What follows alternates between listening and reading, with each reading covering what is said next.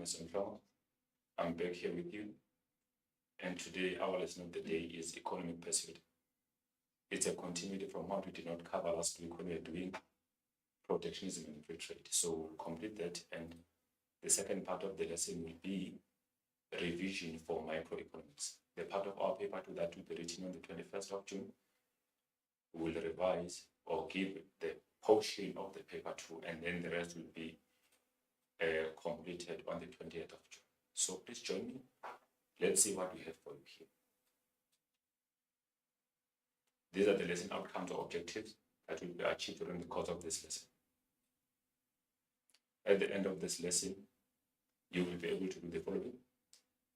Briefly evaluate South Africa's trade policies. Briefly evaluate the success and the failures of South Africa's trade protocols. Discussing detailed arguments in favor of free trade.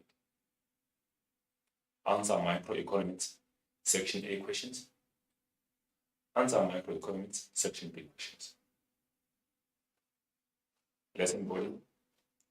We have the first part, which is the protection and free trade, where we have evaluation of success and the failure of export promotion as well as import substitution, evaluation of effectiveness of protection and free trade policies, evaluation of South Africa's trade protocols. So this one basically is a review of what we covered on our previous lesson under the protectionism and free trade. So export is the government trade policy which aims at encouraging local businesses to produce goods and services for the foreign market. If we talk of the export promotion, we talk about the policy by the government aiming at promoting local business to produce more goods and services for the global market.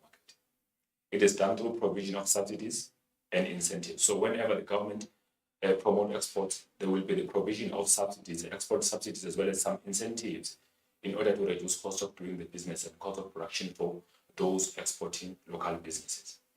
And then import substitution is more about it's a trade policy in which government replaces former imported goods and services with the locally produced goods and services. In this case, we mean those goods that were imports to South Africa will now be produced locally. And then we call that what we call import substitution, because we are replacing some goods with our locally produced goods, and so then we substitute. It is done through imposing import restrictions such as import tariffs, import quotas, which are the import limits, physical control, exchange rate control, as well as trade neutrality. These are some methods of the import substitution. We continue with the topic review. Protectionism is a trade policy which aims at protecting local industries against the foreign unfair competition by multinational or strategic industries. We know that our local firms, most of them are the infant industries, so it's difficult for them to effectively compete with those big firms or large firms or industrialized businesses from abroad. So for the government to ensure that our local firms are well protected, this policy of protectionism will be in place to protect our firms against the multinational industries or strategic industries from abroad. It is done through the use of import restrictions such as tariffs and quotas. Free trade is a trade policy which occurs when trade restrictions are removed between countries. So if ever the country is involved in the free trade, that means the country with other countries that it is having some agreements with, there are no import restrictions that are in place. They can simply import goods without any restrictions. They can also export goods to those countries without any restrictions. So we call that the free trade. There are no barriers to export and import. Countries freely trade with each other without the impact of import tariffs, which are the excise duties, import quotas, which are the import limits, physical control, exchange rate control, and trade neutrality. So it becomes very easy for countries to trade with one another. There are no restrictions and regulations that are put in place to prevent the inflow of imports into the country. We continue with the review. Countries choose the best policy to suit their economic conditions between export promotion and import substitution. So normally countries tend to decide of which will be the good policy for them between the export promotion and the import substitution. Some countries choose export promotion and it works very clear and good for them. Some choose import substitution and it works for them. But mostly, most of countries that have chosen export promotion have succeeded, and those that have chosen import substitution. Both policies have the common effect of increasing countries' productive capacity, expand local markets, and increase economic growth. If ever you put in place both of these policies, they have the same effect. They lead to the economic growth and increase in the local productive capacity. The success of export promotion policy results to the establishment of new businesses locally and economic diversity. Local firms improve the country's image internationally, and as they become more competitive. So if ever the country chooses on using the export promotion, there will be more industries being established in the country because firms will be producing more goods and services. Variety of goods will be produced so they can be exposed into the global market. The success of the import substitution policy reduces international dependence of the country and increase the local productive capacity. New industries are also established to produce goods that were previously imported. If ever the country chooses import substitution, there will be reduced international dependency. The country will be able to produce its goods without depending on other countries. The country will be able to produce goods that it was not able to produce before. That will mean it will no longer depend most in other countries to provide some goods and services. That will lead to the establishment of new businesses within the country because those goods that were former imports will no longer be imported, but then they will be produced locally.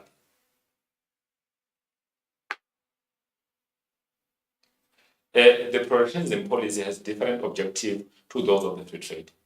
Remember, if we talk of the protectionism, that's when restrictions are used. But if we talk of the free trade, that's when there are no restrictions in place. Goods can simply flow from one country to another without any restrictions put in place or predetermined. With protectionism policy, imports are restricted, which gives an advantage to local businesses. If ever protectionism policy is in place, local businesses will be advantaged because they are protected against the foreign competition. So they find themselves producing goods that are sold easily locally without any further competition from foreign industries. Local industries expand as they are protected. So it tends to be easy for them to expand locally because they are protected and they are not facing higher competition. Meaning consumers of South Africa, if it's South Africa, are demanding goods that are produced locally because of the protectionism policy. A free trade policy maximizes equal opportunities to all countries to specialize in goods they have competitive advantage on. This is, however, bad for emerging economies because they have less to offer to the international market. So, if ever there's a free trade, countries tend to be encouraged to simply produce those goods in large capacity that they can specialize on. However, it tends to be disadvantageous for who? For those developing countries or emerging economies because they have less to offer in the global market or in the international market. Therefore, for themselves, it tends to be difficult for them to freely operate in the free trade policy because they don't have much to offer. If they have only natural resources the most, that will lead to the exploitation of their natural resources because they don't have much to offer in a form of finished goods. So they don't simply become very much effective in the free trade because they find themselves having to depend more on those foreign countries since they have less capacity. They don't even try to improve their productive capacity further because now they are facing the huge international competition because of the free trade. So this is the free trade assessment. How can free trade policy affect emerging economies? In other words, we simply mean, how can free trade policy affect developing countries? So we know that if ever there's a free trade, there are no restrictions, meaning local firms can freely export their goods and services into the global market, while foreign firms can simply import their goods into our local market without any restrictions. So how can that affect the developing countries?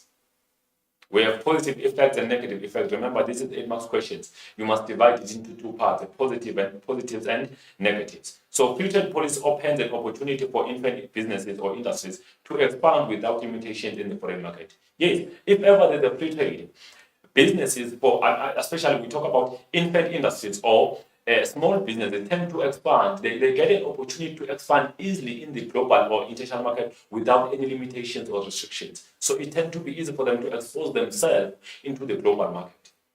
Free trade promotes efficient use of economic resources. If ever there's a free trade, countries tend to specialize. They can use their resources efficiently without having to underuse them. They overutilize or they use them accordingly because they have huge global demand or on their goods and services. High competition caused by free trade improve the level of creativeness and innovation as infant industries compete in a wider market scope. Because of the free trade, there will always be high competition in the economy. So local firms can expect huge competition from foreign firms. That will lead to them improving their creativeness as well as innovation level. They will even be very much efficient.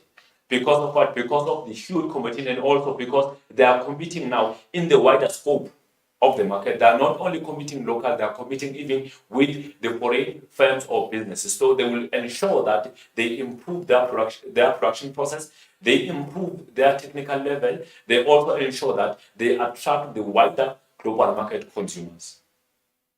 Free trade policy can result to businesses from developing countries accessing capital easily to support their production process. Remember, developing countries are facing the challenge of capital goods are very much expensive for them. And at the same time, having to import those capital goods, if there are import tariffs in place, it tends to be expensive for them. Therefore, if ever there is a free trade policy, those capital goods will be flowing into the country without having to pay any import tariffs or any import duties. As a result, it tends to be easy for them to expand. We'll continue with the assessment. Negative effects. Developing countries are dominated by infant industries which have less productive capacity. They lack capital to produce for both local and foreign market. Since our local firms are lacking that capacity to produce for the local and the global market, it will be a very much disadvantage for them because now they don't have enough resources. As much as there's a free trade, they will have less to offer in the global or in international market because they don't have enough capacity to produce goods and services for both local and the foreign market. Industries from emerging economies have less to offer in the international markets as compared to those of industrialized economies. So developing countries' industries are having less to offer in the global or foreign market as compared to those of developed countries.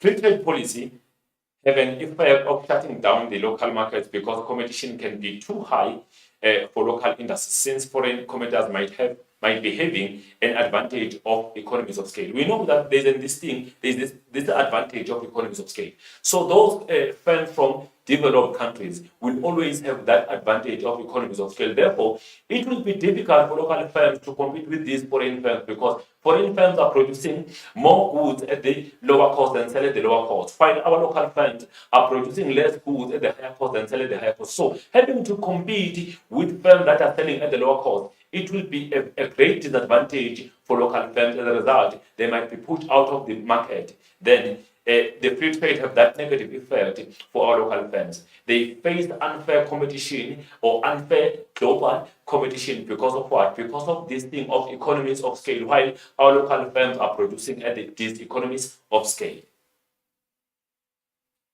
The problem of dumping arises. If ever there is free trade, some countries might find themselves selling their goods into foreign countries at the lower cost than in the countries of origin. We call that dumping. That might be because their goods are no longer wanted in their countries of origin. Maybe because they are pushing for expiry dates for those goods and services. So dumping will occur. Goods will be sold in foreign countries at the lowest possible cost than in the countries of origin. So be aware, in case you answer this question, you provide the positive effect and the negative effect. But if the question says, discuss or how can the free trade positively affect developing countries, you focus on the positive side. How can it negatively affect? You focus on the negative effect. But if it's open to say, how can it affect developing countries or emerging economies, then that's when you will have to split between negatives and positive. This is another 8-month question. How can free trade contribute to a more efficient economy? It can contribute by allowing the inflow and the outflow of goods and services into the economy. If ever there's a free trade, there will be inflow and the outflow of goods and services. Stimulating demand for goods and services, hence creating job opportunities. If ever there is this the free trade, automatically our local firms will be more productive, and then foreign firms will be importing their goods in large quantity. Then that will create slightly some job opportunities in the tertiary sector for people to sell those goods. So there will be some job opportunities created in them. Improving the trade balance by making it more favorable. If ever there's a free trade, then our firms can try to improve. That can lead to them exporting more goods and sell to the global market. As a result, our balance of payments or trade balance can be affected positively in there if ever our firms are able to improve and export more goods into the foreign markets. Ending the country's ending the country foreign capital and accelerating economic growth and economic development. If ever there's a free trade, the country will be able to accumulate more capital from abroad, which will lead to more capital formation in the country, and there will be economic growth as well as economic development, because most of infrastructural resources will easily flow into the country without some restrictions. Improving international relations and stimulating economic integration. Improving international competitiveness and expansion of industries. Our local firms can be more competitive in the global market, and then they can even expand because they will be competing in the larger scope in the foreign market. And then another question: why is the protectionism policy not good for developing countries? Now, in this case, we look at the disadvantages of the protectionism policy. Why is it not good for emerging or developing countries? The protectionism policy is not good for the following reasons. Retaliation by imposing more tariffs on their imports might have negative impact, and that can decrease their net export earnings. If ever foreign countries are retaliating by imposing tariffs on South African goods and services, can reduce South Africa's net export earnings, and that is bad for the country. Developing countries lack capital to process their raw materials. Protectionism can therefore result to them being sidelined by the most of world powerful countries. So if the country is imposing some tariffs or is using or implementing protectionism policy, that can lead to foreign countries retaliating, doing the same thing by imposing tariffs on South African produced goods and services. As a result, that will lead to our local firms and goods and services being sidelined by those powerful countries in the world, and then we cannot easily compete in the global market. This can result to even further scarcity of capital. Remember, the country depends the most on what? On foreign countries for the capital formation. For us to get capital goods, we have to import most of them. As a result, this lead to what? This policy of the protectionism will result to what? Will result to the country facing the further scarcity of capital goods, because those countries might retaliate by not even willing to sell to us or to trade with us some of the goods and services that we require the most from them. Modern markets are too technical.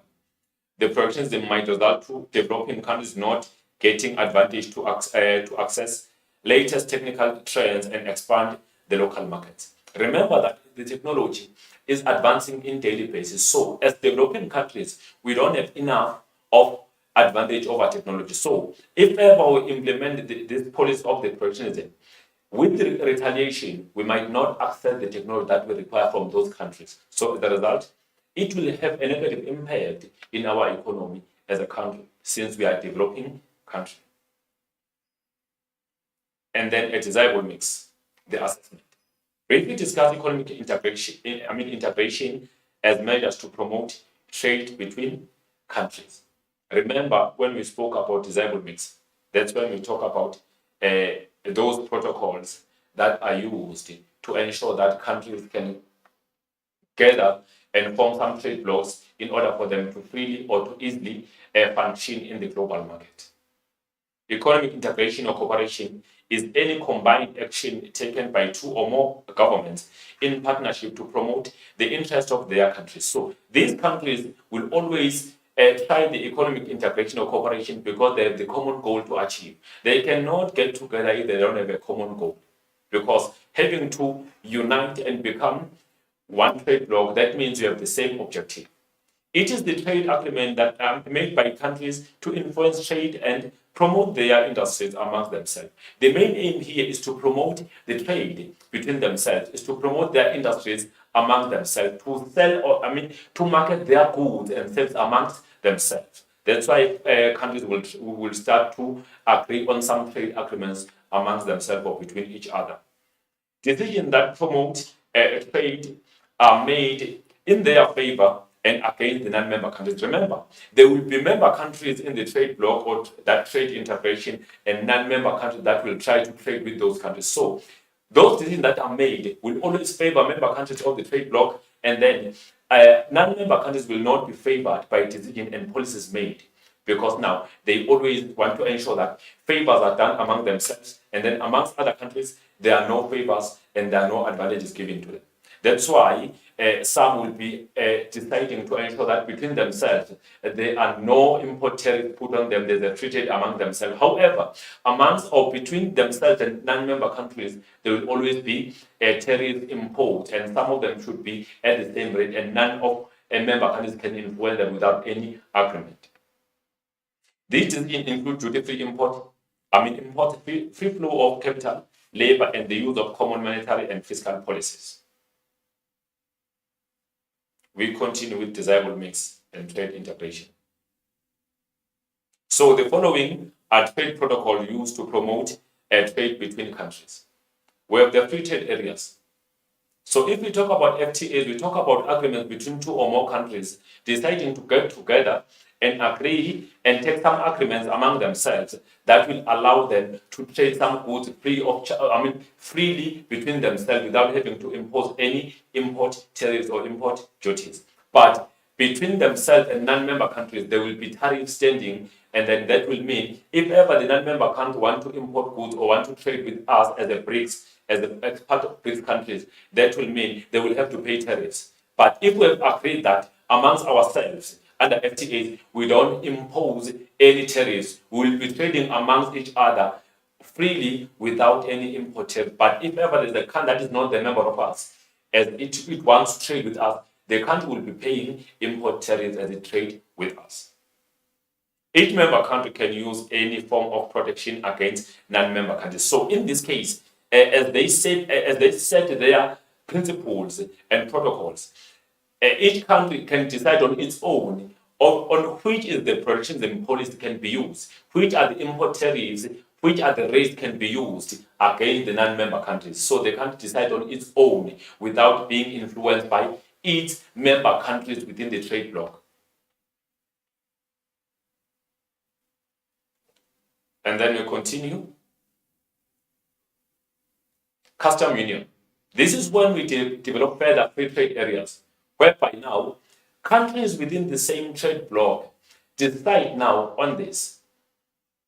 They don't impose any tariffs among themselves. However, with those non-member countries, tariffs will be imposed and will be common, will be the same among themselves. And none of member countries can influence tariffs without having any formal discussion with member countries of the trade bloc. So member countries adopt the similar restrictions of tariffs against non-member countries. No country between member countries can change or deviate trade restrictions without any formal agreement with the trade bloc. So no country can deviate or make its own decisions on imposing tariffs on what? On the non-member countries. Tariffs will be said to be the same or similar against non-member countries. And then we go further with the economic integration. So now we talk about the common market. So this is the development further to the common market. So this economic integration allows free movement of capital, labor, and money between member countries. So these countries now decide on, they will be allowing themselves to mobilize capital amongst each other freely without any restrictions. The labor will be able to move from one country to another and work anywhere between themselves. And then people can work in any country between member countries. So if ever the South African country is having agreement with Brazil, that will mean South African people or labor force can easily work in Brazil without any restrictions imposed on them. And then we develop it further to the biggest one now, which is the economic union.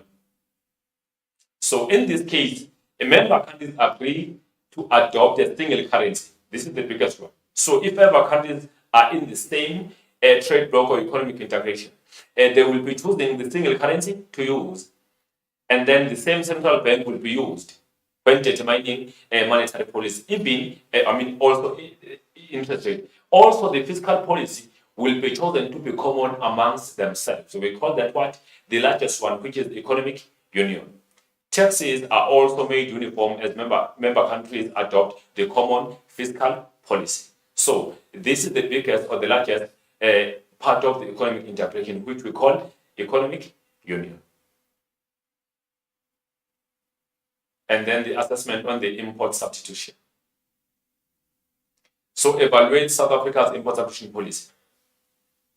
So if we evaluate, we simply assess the good part and the bad part. How good has it been? How bad has it been? Increase in industrial growth and development as new industries will be established. If ever there's an import substitution policy, new firms can be established in the country. So that will lead to increased in industrial growth and development in the country, because it will allow new firms to be established to produce goods that were former imports. Increase the profit leading to further investments. Local firms can enjoy much profits because they are no longer facing huge competition. In that case, there will be more profits received or earned, as well as further investments, because if they earn more profit, they can further invest by expanding their businesses. Tariffs introduced in South Africa can lead to increased demand for locally manufactured goods. Remember, if ever import substitution is in place, there will be tariffs involved. If ever tariffs are involved, they result to imported goods becoming more expensive. So, what will happen? If imported goods are becoming more expensive, local consumers will simply neglect imports and demand locally produced goods because they might appear more cheap as compared to the imported goods and services. So, that will lead to more demand of locally produced goods and services. Import substitution improves industrialization, which increases employment opportunities. Since I've indicated that there will be establishment of new industries, that automatically result to more job opportunities or more job creation within the country if ever import substitution is in place in the country. A decrease in import has a positive effect on the balance of payment as more exports than imports will take place. If ever the import substitution policy is in place without any disturbance, more export might be continuing to go out of the country, while imported goods are being reduced. As a result, the trade balance will be a little bit positive, or the trade deficit will be reduced, which will favor the current account as well as the entire balance of payments. Import substitution is restrictive as the choice of goods and services available to consumers may be limited. So this one tends to be a disadvantage because consumer choice will be compromised. Consumer choice will be reduced for South Africa because local consumers now will only be able to choose from local produced goods, and for which some of them might be deficient and of poor quality. It is not easy to implement the policy of import substitution due to unrecorded or informal or illegal transaction. So it will be difficult to do what? To implement what we call the import substitution, because some of the goods flow into the country illegally and they are traded in the country and they are forming the part of the dumping. It does not necessarily lead to an overall reduction of in imports, because South Africa has to import capital goods as well as intermediate goods to manufacture consumer goods. So this doesn't mean that import will be blocked completely. The country can choose specific imports to be blocked that can also be produced locally.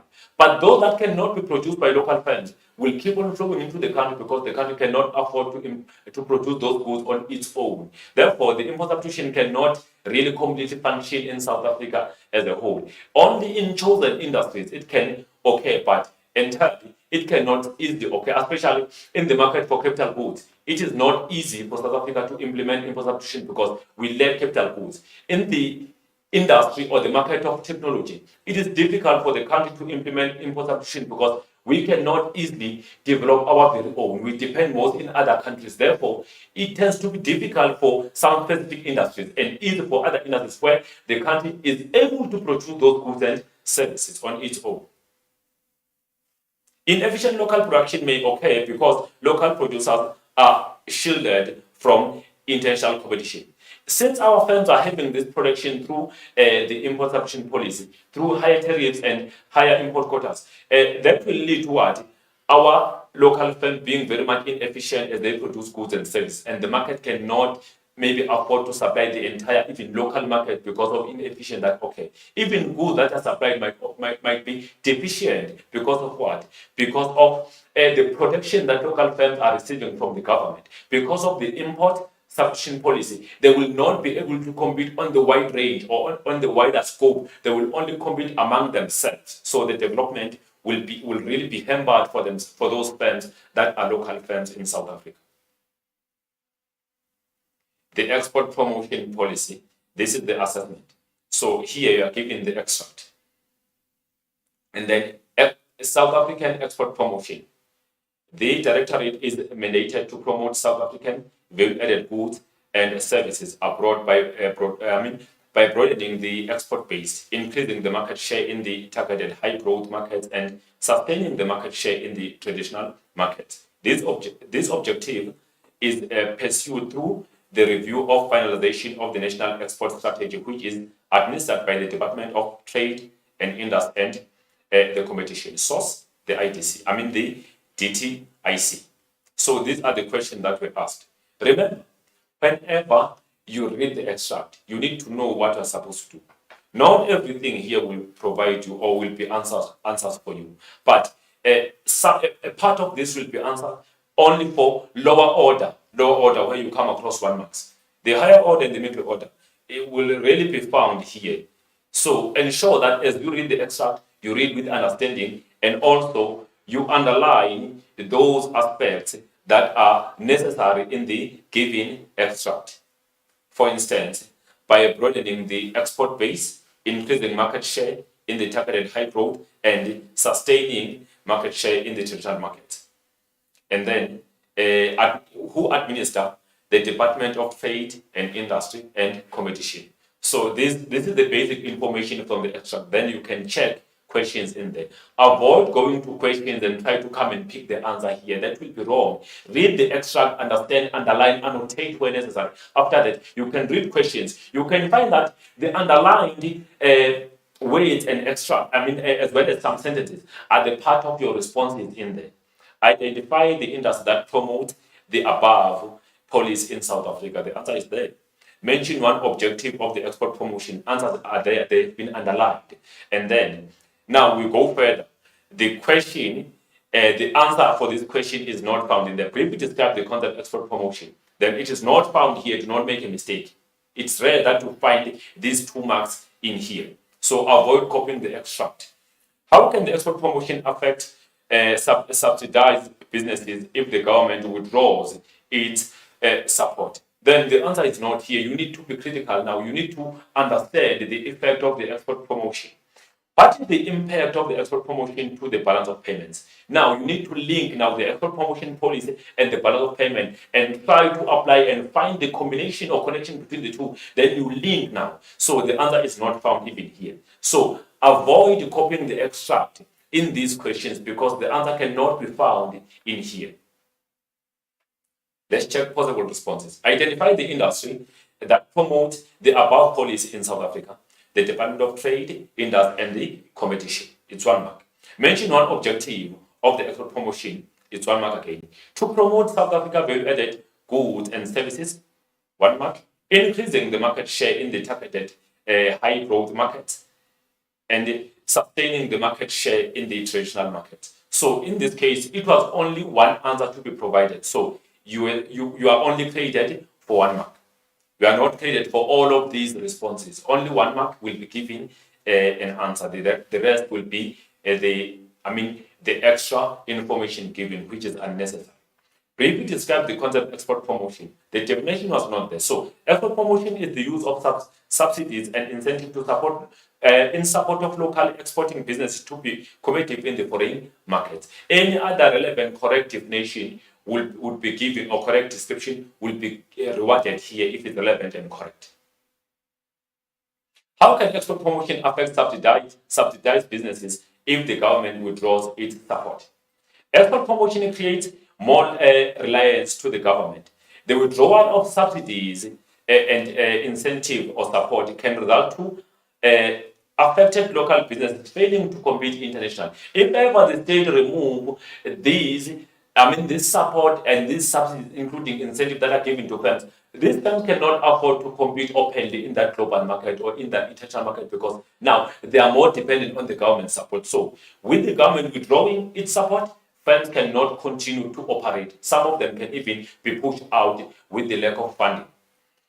What is the impact of export promotion to the balance of payments? Meaning, how does the export promotion policy affect the BOP or the balance of payment? The export promotion increases the outflow of both visible and invisible exports, which result to more inflow of the foreign currency.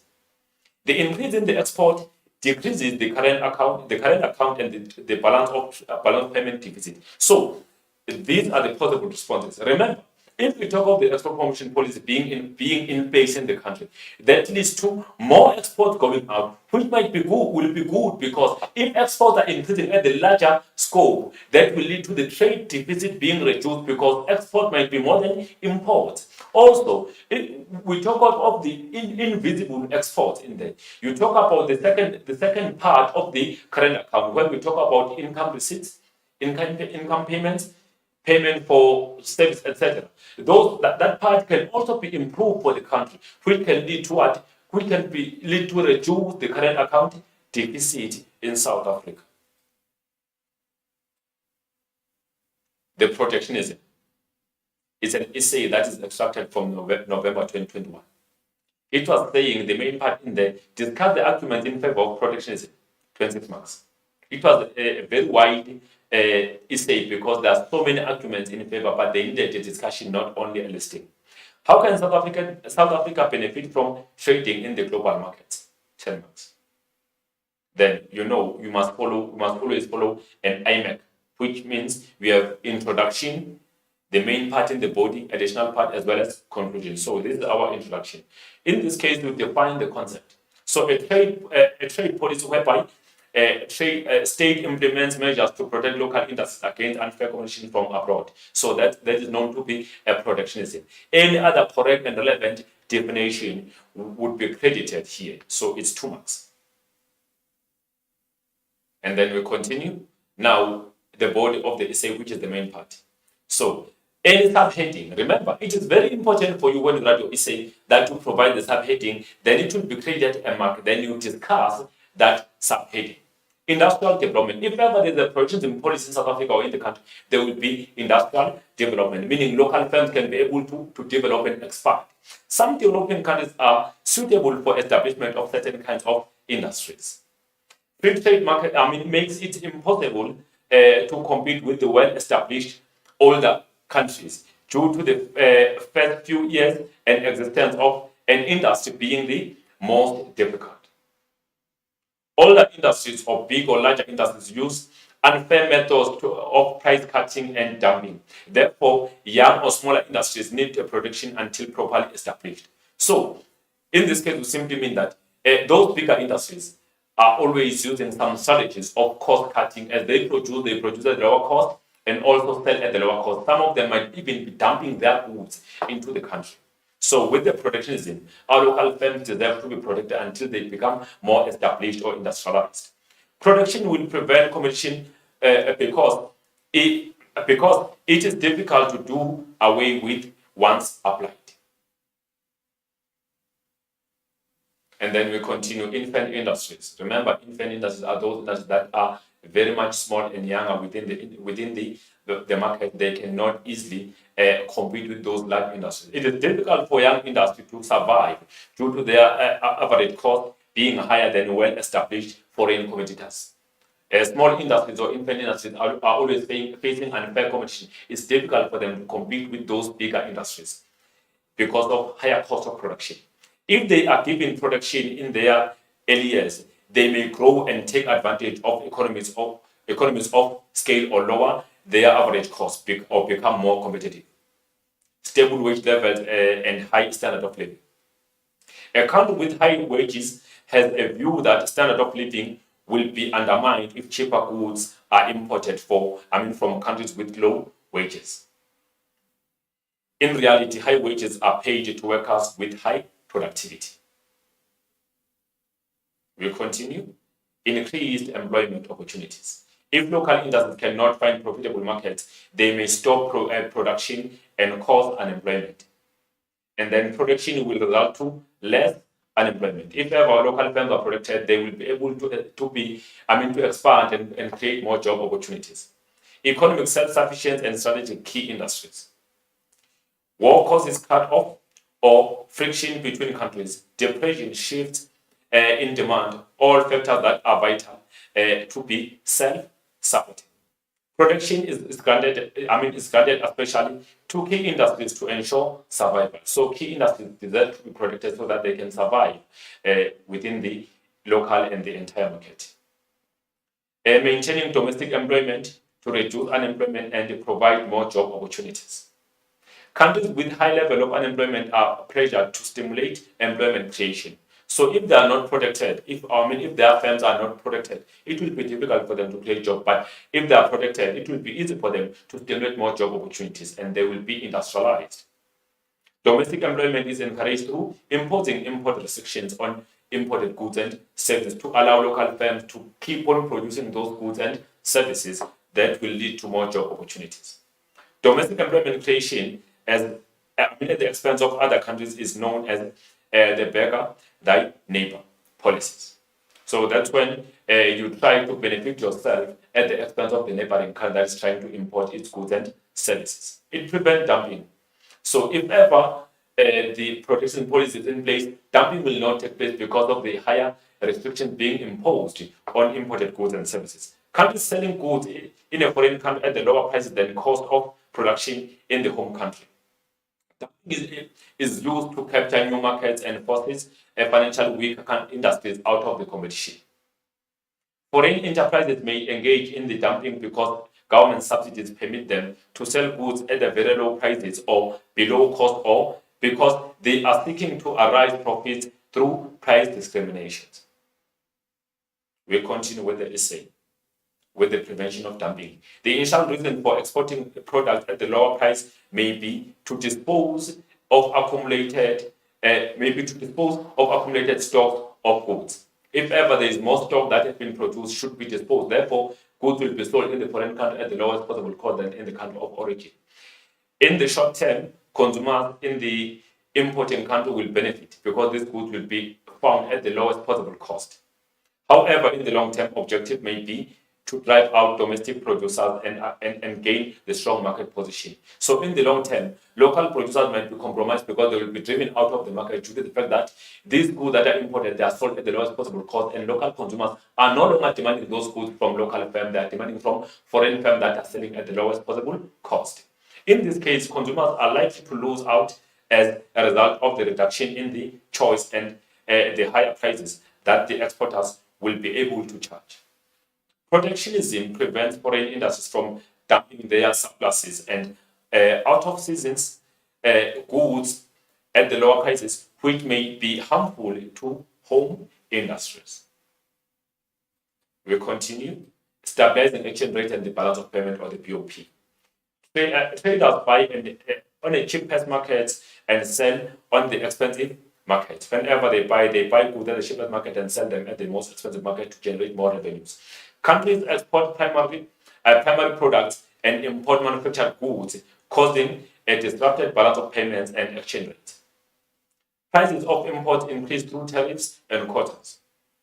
A stable exchange rate and BOP, or balance of payment, increases government revenues or prevents harmful goods from entering the country, develop greater technical skills. We continue with the essay. Protection of natural resources. So if ever this policy is in place, natural resources can be protected, they cannot be overused or exploited. Free trade will exhaust natural resources because of the wealth shares. Protection ensures that industries survive. So also natural resources can be protected from being overused or exploited because of the protectionism policy. Ensure greater economic stability. Over-specialization is a result of free trade and is harmful in terms of war and friction. More guns than food. So in this case, if ever there are wars and frictions between countries, this thing of over specialization tend to be less functional because of what? Because now restrictions are imposed and countries tend to depend the most on other countries, which tend to be difficult for them now to access these goods and services if ever there are some frictions that are in place between countries. Protection prevents the over specialization, thereby creating a more differentiated economy and greater stability. It allows the country to be diversified in terms of the economy, not depending on one item to produce, but the country can be able to produce variety of goods on its own without depending in other countries.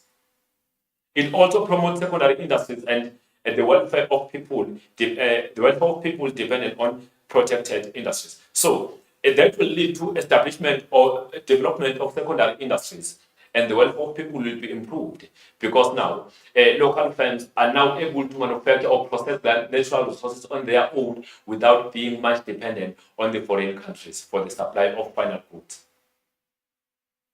And ensures greater economic stability continues. If imports are greater than export, a country may introduce import controls such as custom duty and import quotas to eliminate the deficit on the balance of payments. Developing countries rely on the export of primary products. Selling processed goods is more beneficial to a country as more foreign exchange can be earned. So most developing countries sell raw materials into the foreign countries, which is sold at the lower cost, and import them as finished goods at the higher cost, which is regarded to be unfair. Protection ensures the processing of primary goods until completion. So local firms can be able to process their own natural resources on their own until they complete. Any other correct relevant answer was given a mark, and the maximum of marks was 26.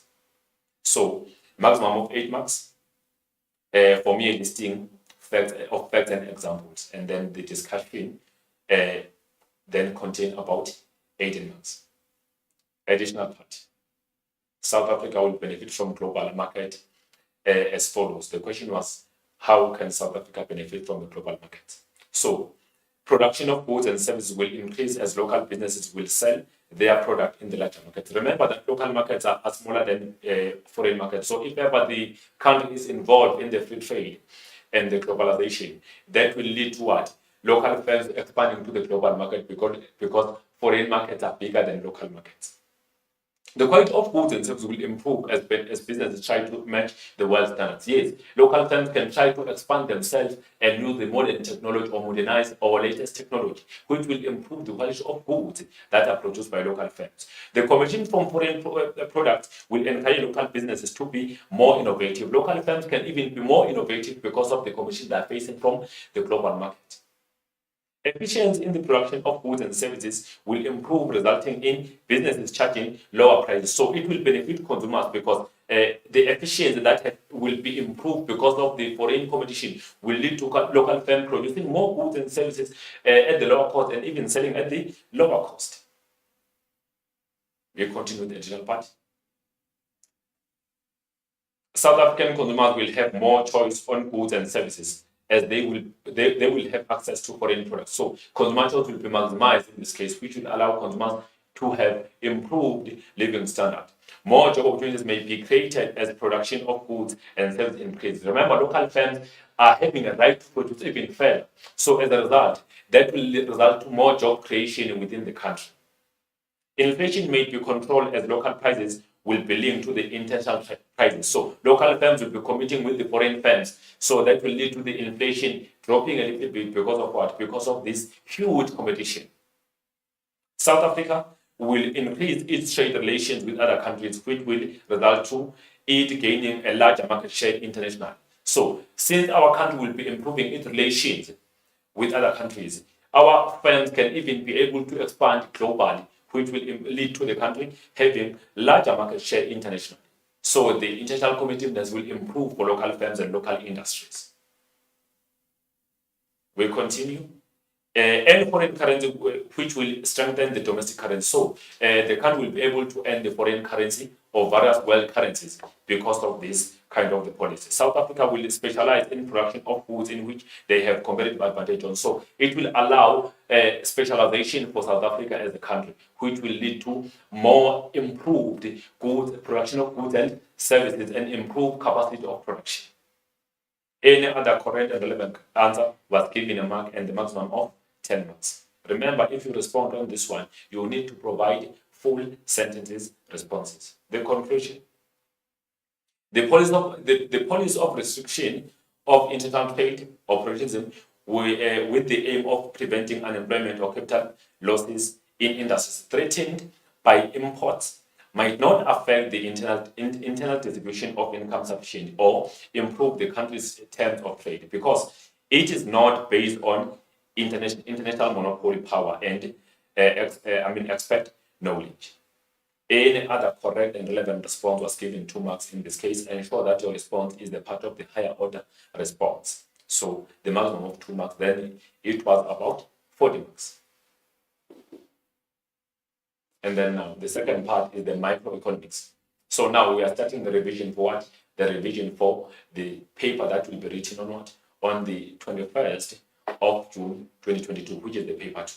That is the microeconomics. Nothing new will be explained here. It's basically focus on revision and the review. So remember, this is if you have your examination guideline, this is the structure of the entire question paper. So we have paper 1 that has been covered. Now we are focusing here. Our paper 2 that will be written is having market only, which is the microeconomics. In there, we have perfect market, imperfect market, as well as market failures. These are only topics to expect in your examination, so the focus will be on them. So, as it is being mentioned here,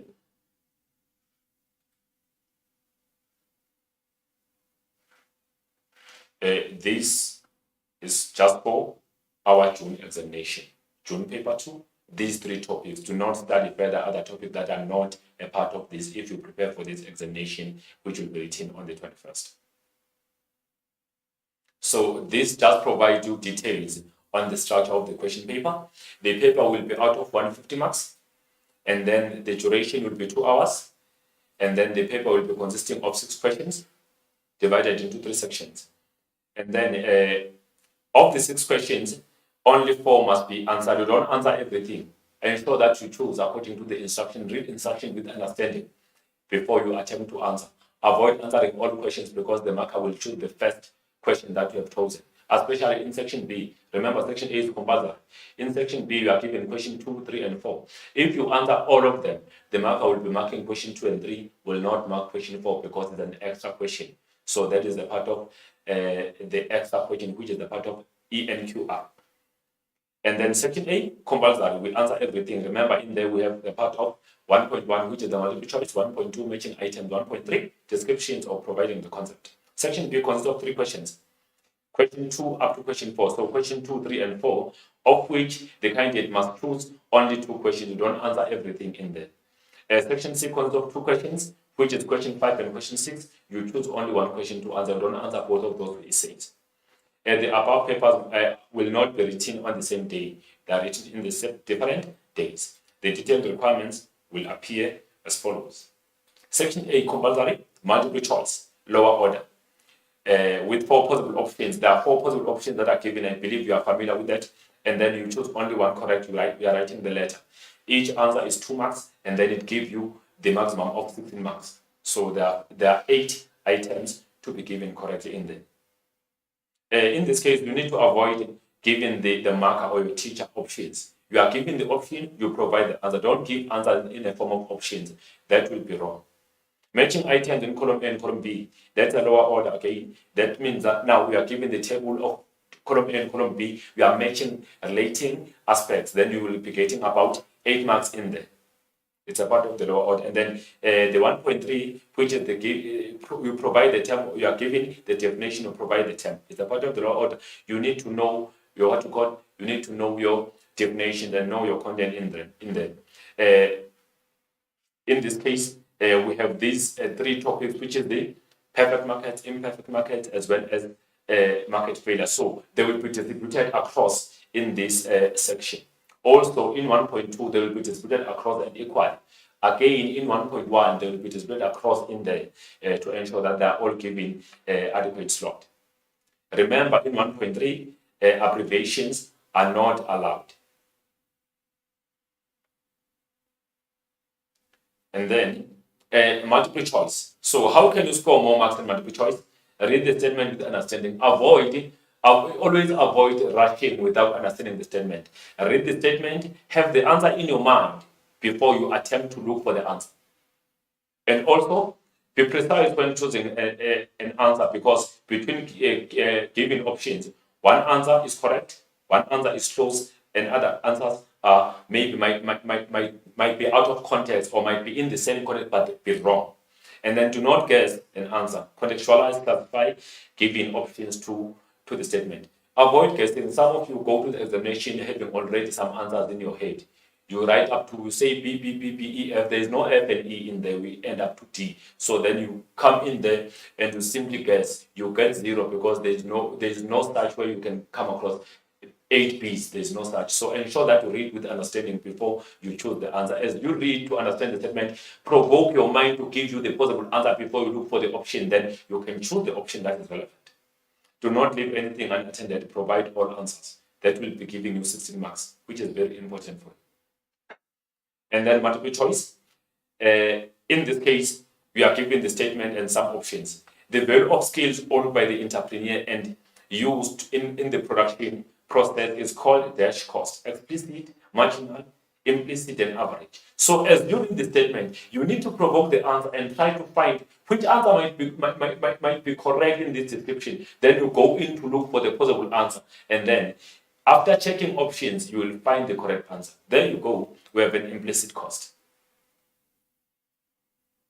The demand curve for the oligopolies is, and then you remember that the demand curve for oligopoly is downward sloping, but then there's something unique about it. Maybe it's kinked.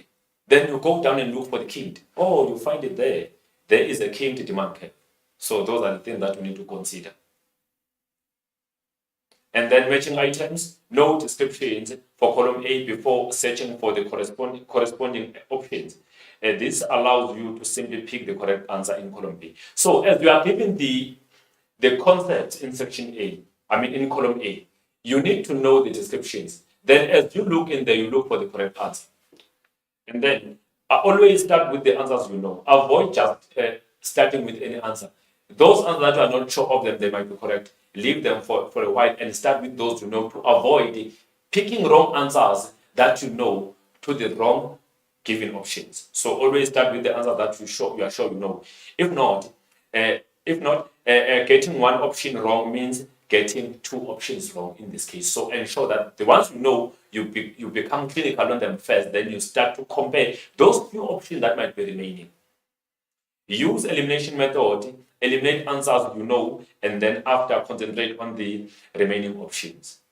That will reduce the level of guessing even when unnecessary for you. Contextualize the remaining options to the column A. Do not leave anything unattended. That will give you 8 marks. So this is the case now. You need to work on this. So how do you work on this? Long run, you know the definition. It's a period of time at which at least all inputs are flexible. Marginal revenues. Okay, revenues end after selling an extra additional unit. Duopoly, dominated by 2 firms, perfectly elastic of demand. This one is horizontal, break even a point. That's a normal profit. That occurs when average cost, average revenues, and then price discrimination. In this case, selling some goods to different consumers at the different prices. We are selling this pen to different consumers, but at different prices, but at the same pen. Okay, now you know these descriptions. Choose the answer that is relevant in this case. So in your question paper, you can even make it dated. Let's see the answer for the long run. There you go. So given this, 1.2.1 is G. Let's look for G. All factors of production are variable.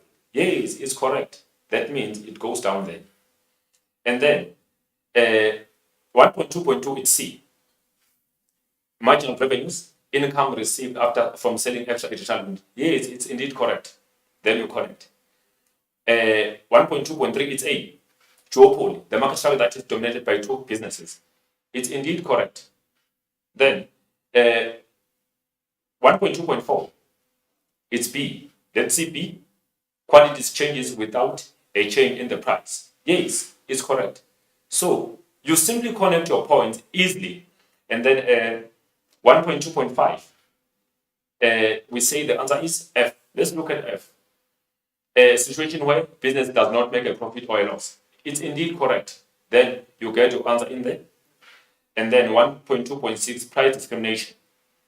Let's see, it's E. Let's look at E. Situation where businesses that, buyers are charged differently for same product. Yes, it's correct. Now, you have got 6%, but normally it will be 8 in your examination. This is just the example for you. So it's very easy to get the total in here. We have seen most of learners getting total. So ensure that you avoid guessing and work across here to maximize your marks.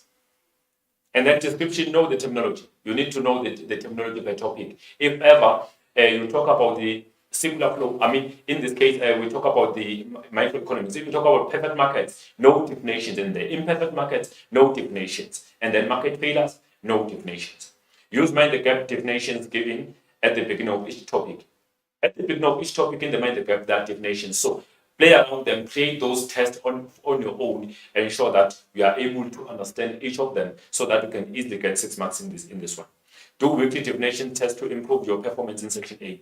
Remember, section A is very important. I know that you undermine section A, but it's very important for you. Ensure that you maximize the opportunity in section A. Do not use abbreviations and acronyms or examples when providing concepts. In the descriptions here in 1.3, you provide the answer in full words. You do not use abbreviation or acronyms. Do not leave anything unattended. We know that in this case, we come across more spaces as remarks. So ensure that you don't leave spaces unattended in 1.3. That will give you the total of 6 marks. And then all in all, you'll be getting 30 marks for section A. And then section B layout.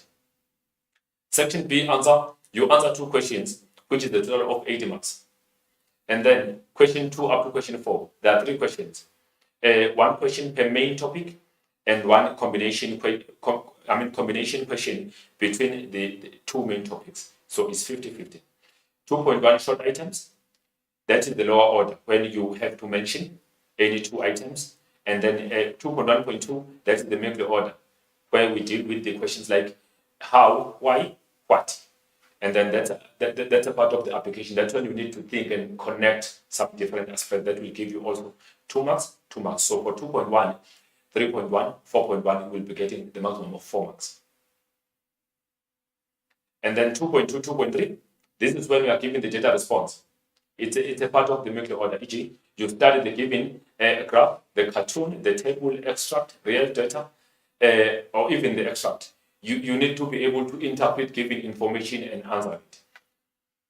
Items in the data response question must be scaffolded from obvious. In that data response, you have 1 mark, 2, 2, and 4. So it is scaffolded from lower order to the higher order.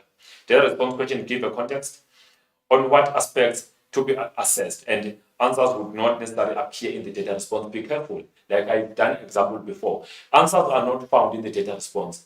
Normally, the first and second answer are found, and it happens that you don't find both of them, you find one of them. Some are simply easy and general for you to provide the response. So always ensure that you read the given extract, given cartoon, you analyze it, you contextualize it with a particular topic. Then it will be easy for you to answer questions in the given or in the upcoming section. And then 2.1, 3.1, 4.1, be able to list. It is very important to be able to list those lower order, be able to apply. And then understand the question before attempting to answer. Do not confuse things. That is your 2.1. And then 2.2, 2.3, and 3.2, 3.3, 4.2, 4.3. That's when you are giving data response. Study any given data response with understanding. Ensure that you understand, you underline, you annotate as you read. Do not simply go to question and try to simply copy answers that you don't know in there. Ensure that you read with understanding, annotate, underline those possible facts in there before you go to check. You will find that as you read the first question, the answer is up there. Second question, answer is up there. But third question, you need to use your own content knowledge. Annotate on the given data response and underline the key points. Read the questions with an understanding and answer according to marks allocation. Be aware of that only lower order answers can be found in the given data response. It is rare to find middle order. Lower order can be found, but middle order, you use your content and understanding of the content. So this is an example of 2.2, 2.3. Here you are given the cartoon or the picture. Barriers to entry: investment, capital, branding, intellectual property and patents, regulations and licenses. Adapted from Google Images 2021. So you can see here, you have some businesses here that are there under microeconomics. We have some barriers to entry that prevent the entry of new businesses. And then you need just to check questions that are in there. In the above cartoon, identify barriers to entry used by the monopolistic competitor to increase its market share. And then name the type of monopoly that is characterized by the use of patents. Briefly describe the concept economies of scale. And then this is for 2 marks. And then how would barriers to entry influence profits in the market? And then why is it a challenge for monopolies to charge excessively high prices? And then let's see your possible responses. In the cartoon above, identify barrier to entry used by monopolistic competition or businesses. Investment, capital, and the brand. They use branding the most to ensure that their goods become more unique to those of the competitors. Name the type of monopoly that is characterized by the use of patents, artificial or legal monopoly. Briefly describe the term economies of scale. Economies of scale occurs when output increases by more than the percentage increases in inputs, or when the cost per unit is decreased, or decreases when output expands. That is the economies of scale. That was for 2 marks. And then, how would barrier to entry influence the market? Influence profits in the market. New businesses are restricted to enter the market, and existing businesses will enjoy economic profit in both short run and the long run. If ever the barriers to entry, that means the firm becomes maybe the only supplier of the product. Therefore, that will lead to the firm enjoying supernormal profit in both short run and long run. If ever its average revenues are more than its average cost, or total revenues are more than its total cost. And then why is it a challenge for monopolies to charge excessively high prices? Monopoly is limited by the market demand, and consumers may stop buying if prices are too high. Consumers have limited budgets, therefore monopolies cannot charge excessive prices. Monopoly's product still has to compete for consumers' favor with all other products in the economy. Price increases are sometimes regulated by the government to protect the consumers from being exploited. That was for 4 marks. And then the 2.4 and 2.5. In this case, we have 8 marks. These are 8 marks questions, both of them. That's when for 2.4, it's a content knowledge. This can be found in your textbook. It's a middle order. So if ever ask this kind of the question, because it always comes, it will always be there. 2.4, 3.4, 4.4. That's when you discuss it's a content knowledge. So you can explain, discuss, distinguish, or differentiate between. Draw a neat label graph and label it, and then also you explain or use the given graph to explain whatever information. So in this case, you use the content knowledge, the knowledge that is existing in your textbook. However, in 2.5, this is the part of higher order and critical knowledge, whereby you need to be more evaluative and apply the information that you have, apply the content knowledge that you have into reality. One single question, higher order, e.g., how, why, or evaluate. Higher order questions are grounded in the content. So you must have the content knowledge for you to answer. You cannot answer this kind of the question without having the content knowledge. However, these answers cannot be found in your textbook. These type of questions test critical thinking, where candidates should be able to apply their knowledge through logical reasoning and also have an awareness of their current economic climate. Answers will not be found in the textbook. 2.4, 3.4, 4.4 questions. We continue. Know your content, because These questions are just the content knowledge which is available in all learning aids. Be smart when answering. Use point form, but answer in full sentences. Give the minimum of 4 full sentences in order to get or enough marks or to score enough marks. 2.5, 3.5, 4.5. This is the higher order. Be able to apply the content into the real world. Remember, we have knowledge now. Apply it. Those evaluations, those effectiveness that you evaluate, you need to apply now the content into the real world. Critical thinking is the key to answering these questions. Learners must display their analysis and evaluation skill. You must be able to evaluate. And remember, you provide the minimum of 4 full sentences to score enough marks in there, because you have about 8 marks required in maximum for 2.5, 3.5, and 4.5. Then this is the example. This is the part of 2.4, 3.4, and 4.4. Briefly discuss productive inefficiency and allocative inefficiency. So this is found in the textbook. And then productive inefficiency, when businesses do not maximize output from given inputs, a business does not produce goods at the lowest possible cost. There is the room to reduce cost without producing fewer goods or without producing lower quality of goods. 4 marks for the first one. Remember, you are given to differentiate between the two. So each is 4. Allocating inefficiency. The product mix does not reflect the consumer taste. Businesses are allocated resources inefficiently and produce goods and services that consumers do not want, and then the quantity required by consumers are not made available. So in this case, it's also 4 marks. So it's 4. That will give you maximum weight. This is the content knowledge. It can be found in any textbook of economics grade 12. Evaluate the impact of impact competition in the consumers. So you must have the negative impact and the positive impact, because we are evaluating. It's 8 marks. Most businesses operating in the impact markets maximize profits by supplying less than the optimal quantity of goods and or services produced, which means that some consumers' needs may not be met, since they tend to produce less goods and also charge higher prices. Reduced quantities lead to higher prices, which may exclude lower income groups. So those people that are having less income might be excluded in this kind of market. New businesses are sometimes prevented from entering the industry, thereby limiting competition, which prevents consumers from enjoying lower prices and variety of choices. Collusion, which is a right on oligopoly market, result to higher prices, which at times prevent some consumers to afford the product.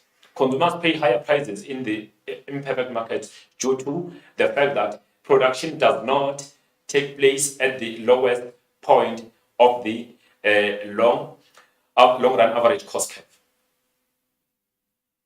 And then we continue. Now, positive impact. Imperfect markets can stabilize supply or output of certain goods and services that requires a vast amount of input capital, ensuring a variety of goods available to consumers. Then they will be having more choices.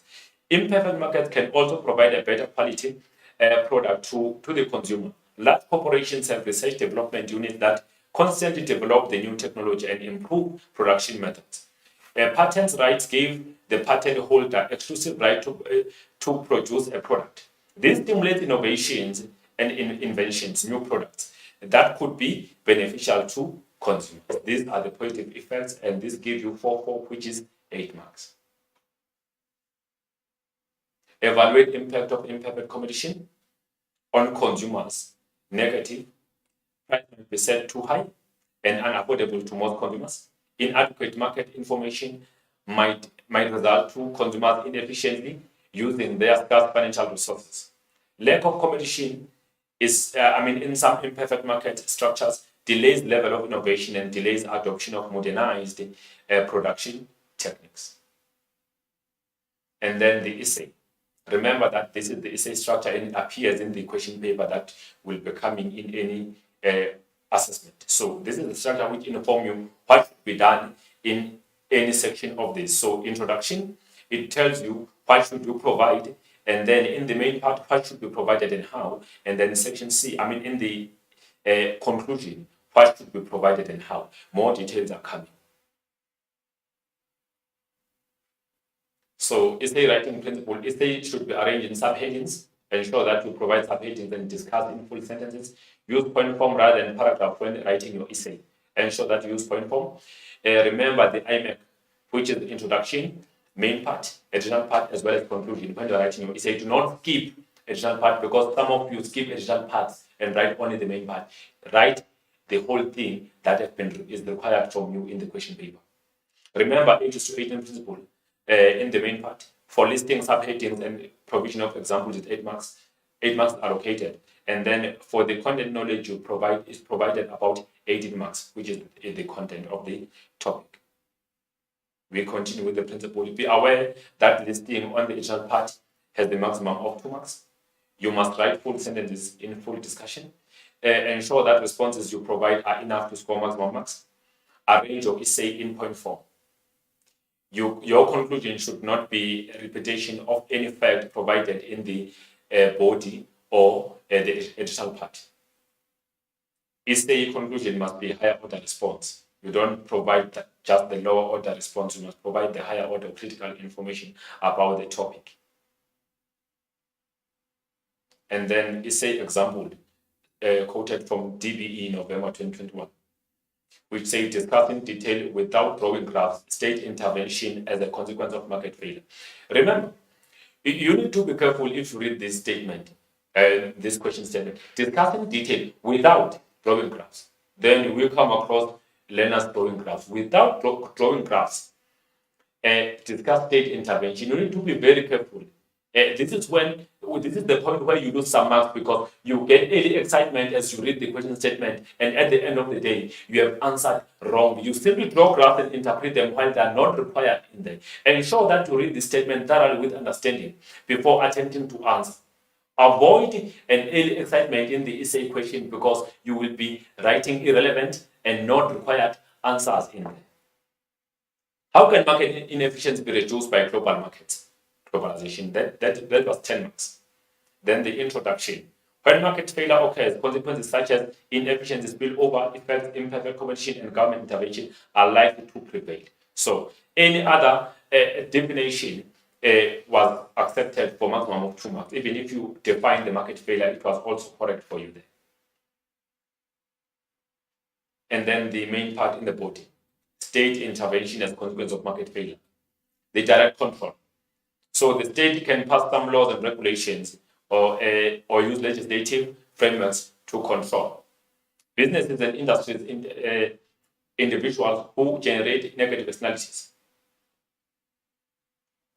And then thus South Africa in South Africa, emissions of potentially dangerous chemicals, air and sanit pollution, and environmental preservation are controlled through various acts and regulations.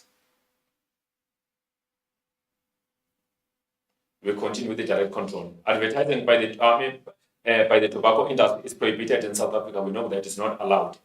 May not be sold. Alcohol may not be sold on Sundays or to persons under the age of 18. These are the part of the direct intervention, whereby the government directly legislates some rules and some laws to ensure that some of the things are not happening in the country. We continue with the essay. Imperfect markets. The government can deal with imperfect market in the following manner. Formulating or implementing the competition policy to increase the level of competition. Using laws on competition to prevent exorbitant prices charged by firms to ensure that entry into the market is free, prevent harmful collusion, and encourage foreign competition, which helps to keep prices very low. Granting licenses to more businesses in the case of state monopolies. Imposing price control to decrease prices of goods and services. Levying of taxes. The government will intervene in the market by levying taxes to recover external costs. These taxes will increase the price and will result to the decrease in demand and production for those goods and services. Levying taxes could be used as a strategy of reducing production and consumption of demerit goods, as well as generating revenues for the state. Firms and consumers will then be allocated resources in a more efficient way.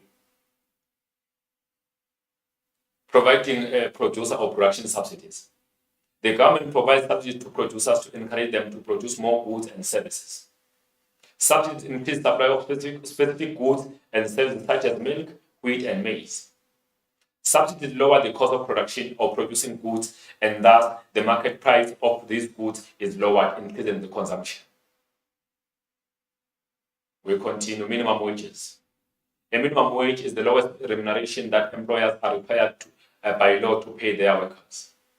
Income for the workers will increase, and as a result, their standard of living will be improved. So it will improve the welfare and ensure basic needs are met. So people will be living above or along the poverty line than living below the poverty line.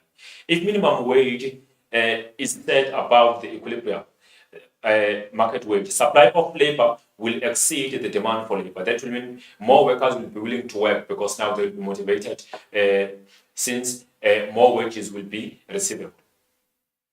This will increase the cost of labor, resulting to the higher cost of production for the businesses. Some workers may be retrenched in the and increase unemployment and while production decreases. So if ever there's a minimum wage, remember the wage level tend to be above the market wage. So firms will demand less workers while workers are supplying most of their skills. That will lead to retrenchment because now it will be expensive for firms to employ the labor force. Therefore, retrenchment will occur and the demand for labor will decrease in the labor market. As a result, now retrenchment will occur in that case. Then the supply will be exceeding what? The demand for labor in the market. Minimum wages will lead to more bargaining power of workers. We continue. Minimum prices. The government is obliged to intervene to ensure sufficient supplies of staple food in the market. The approach of setting minimum prices or the price floors will be used so that it will be worthwhile for producers to make provision of those goods and services. These are prices that are set above the market price by the government. Minimum price, however, have unwanted side effect as they cause the surplus in the market, which might lead to some of those goods and services having to be destroyed or to be destroyed by producers because they will be supplied in the large quantity while consumers are demanding less since these goods are expensive.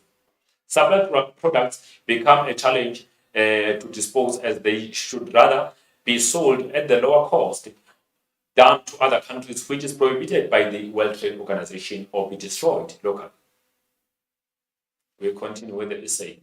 Maximum prices. The government will set maximum price if the price is deemed to be too high for essential good or a product. Those are the basic goods.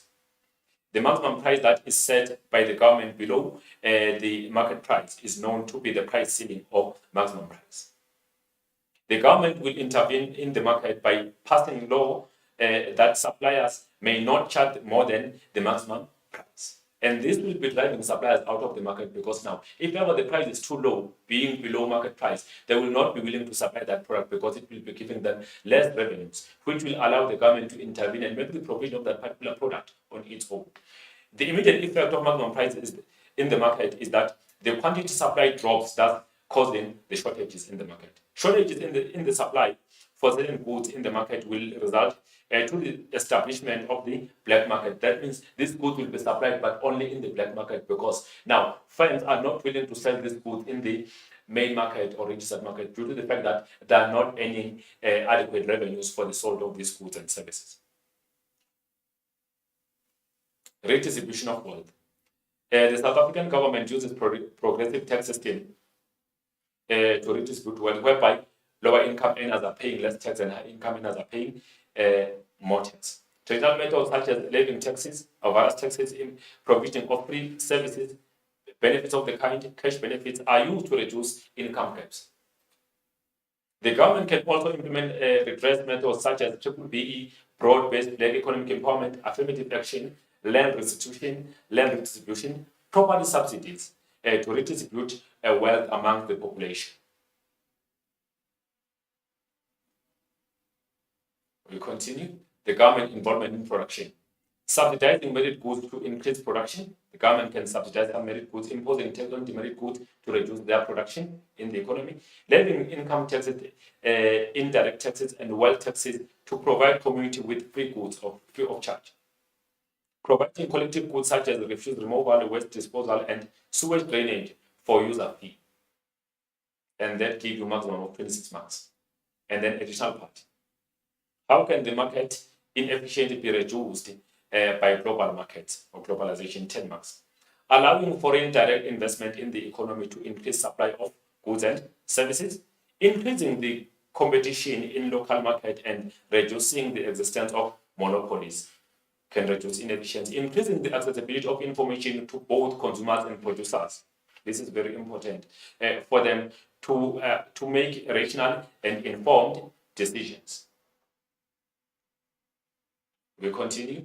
Additional part continues. Ensuring efficient allocation of resources by allowing countries to specialize in production of goods they have competitive advantage in. Increasing mobility of factors of production between different world countries. Encouraging businesses to be innovative and produce goods and services of better quality for consumers. Increasing consumer choice on goods and services.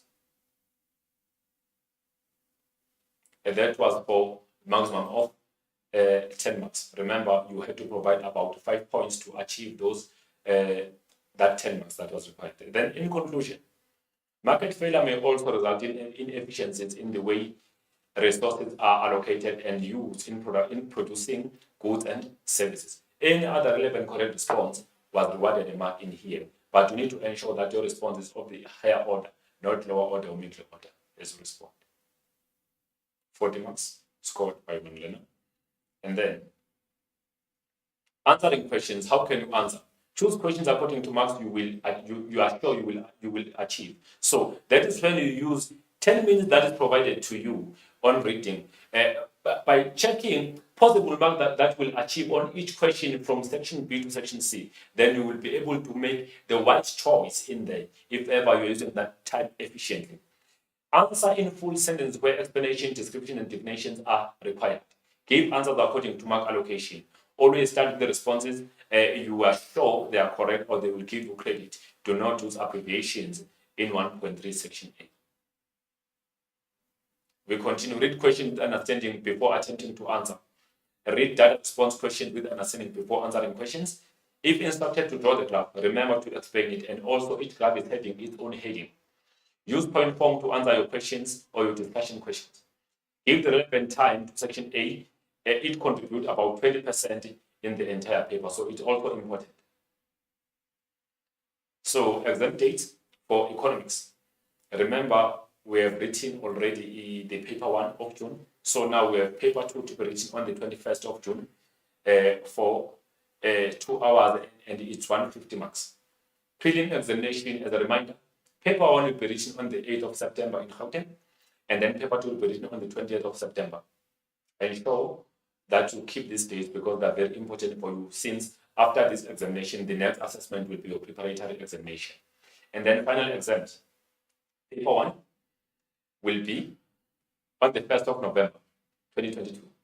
And then paper 2 will be on the 8th of November, 2022. So remember, because of this date that has been provided, ensure that whatever that you study right now, you scaffold, you add information on top of the existing information.